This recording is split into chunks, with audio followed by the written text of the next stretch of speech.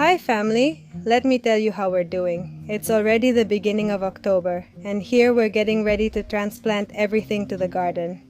Remember that we're in Cordova, right in the Monte, where the climate is pretty harsh, so there are a lot of frosts, even in September.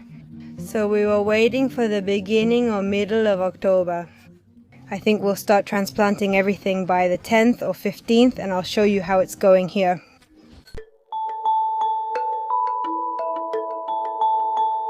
Well, on this side we've moved the tomatoes to bigger pots so they could grow as much as possible inside the greenhouse.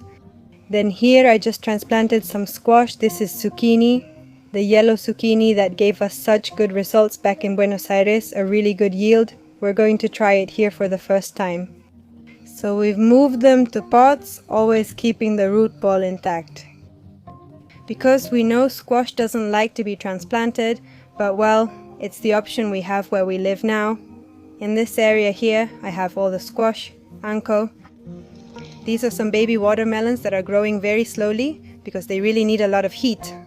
Here I have another plant that's a little bigger because it's in the ground here in the greenhouse, and here it does get a lot of heat, so it's starting to grow more.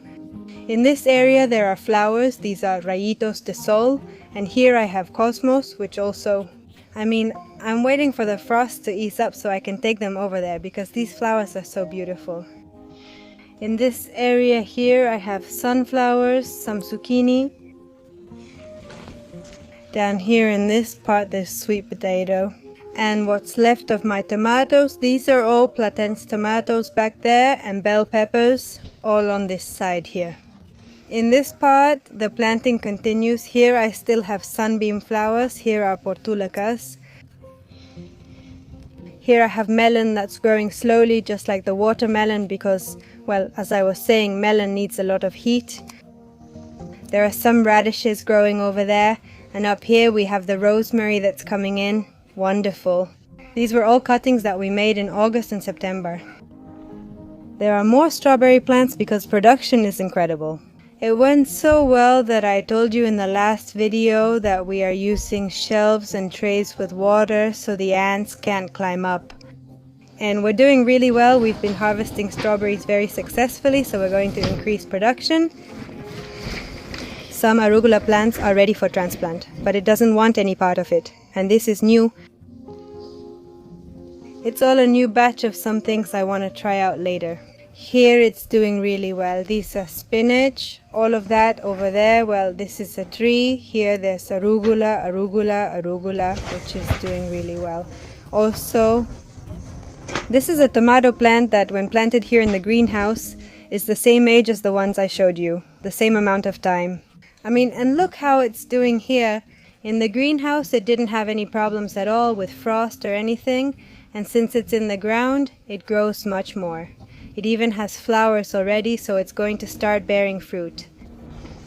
This is the huasca, the one I had in Buenos Aires, which is an edible plant. It's a kind of weed, let's say, but it's an edible plant that's tasty. And here in the greenhouse it grows spectacularly. It grows everywhere and gives us moisture and shade, which is what we're trying to produce here in this place where we are. There I have another tomato. And here I also have spinach and arugula planted. Something beautiful I wanted to share with you is look at how the kiwi is doing. This kiwi is 7 years old, but it has accompanied us on our journey, and honestly, it has suffered. Frosts, heat, all in a 20-liter pot, and we just recently planted it in the ground because it was already dying. And look at its response, right? So we thought about growing it here inside the greenhouse. It has a lot of room to grow, and even in the summer it will be able to give us some shade in the greenhouse. And it's doing great. The Surinam cherries that had almost died on me, look at how they've bounced back, so they're doing well. This one was in bad shape, but it's growing new leaves now, so it's doing well. That's our orange tree, which is looking more beautiful every time. There are loquat trees, one here and another over there. And the plum tree that we transplanted at the end of September, I think it was, look, it's already blooming, so this is the first time we've transplanted it into the ground. After having spent many years in a pot, it has already produced its first flower. So we think that this year it might give its first fruit, even if it's just 1 or 2, since the first year it bears fruit, very little fruit, but by the second year it gives you a significant amount of fruit, so this one is doing really well.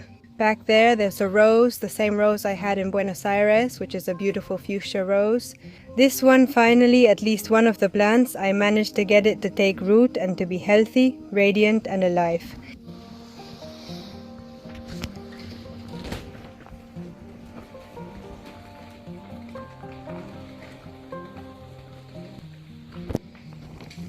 Here we also have a Kalanchoe, which is surviving.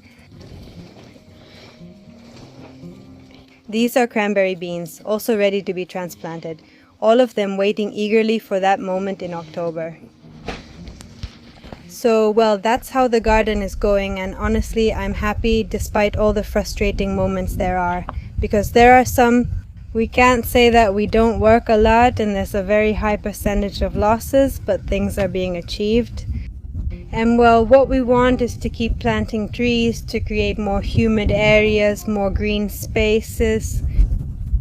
And also, there's a lot of wind. I don't know if you can hear well, but we also want to create protection from the wind, from frost, and also help regenerate the soil, because that also helps the soil hold together more when the grass starts to grow, or even the roots, it keeps everything in place. That creates a very unique ecosystem, which is so necessary for plants to survive and help each other. That's the power of biodiversity, plants helping each other. So, well, is it starting to take shape? On the other hand, let me show you, not everything here is good, as you already know. For example, all of this is what we planted last week, and as you can see, in just 1 week, look at what happened to my flowers. There are a lot of ants here. This gets watered in the morning and often in the afternoon too, and look at how they are. Well, we put ash, we put rice, but here people from the mountains will know, and they won't let me lie. They know the number of ants in the countryside is overwhelming. Plus, there's this, they come from everywhere. The insects are very thirsty and very hungry, so, well, they devour everything. In this part too, all the flowers, well, this is a little frost that fell. But this type of flower can't withstand it. This one, for example, was left kind of halfway and came back again. This is a pansy flower that can withstand the cold much better than others. These are daisies, but well, they're not dead either. Now the frost season is ending and everything will turn green again.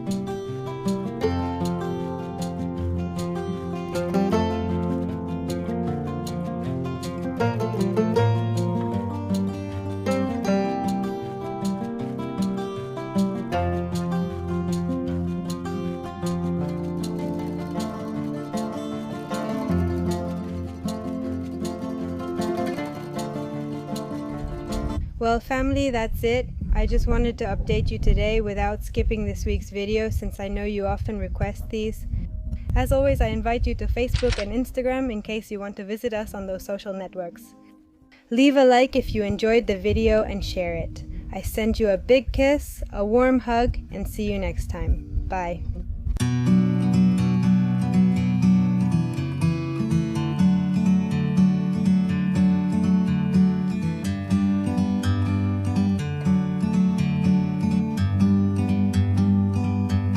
Bye bye.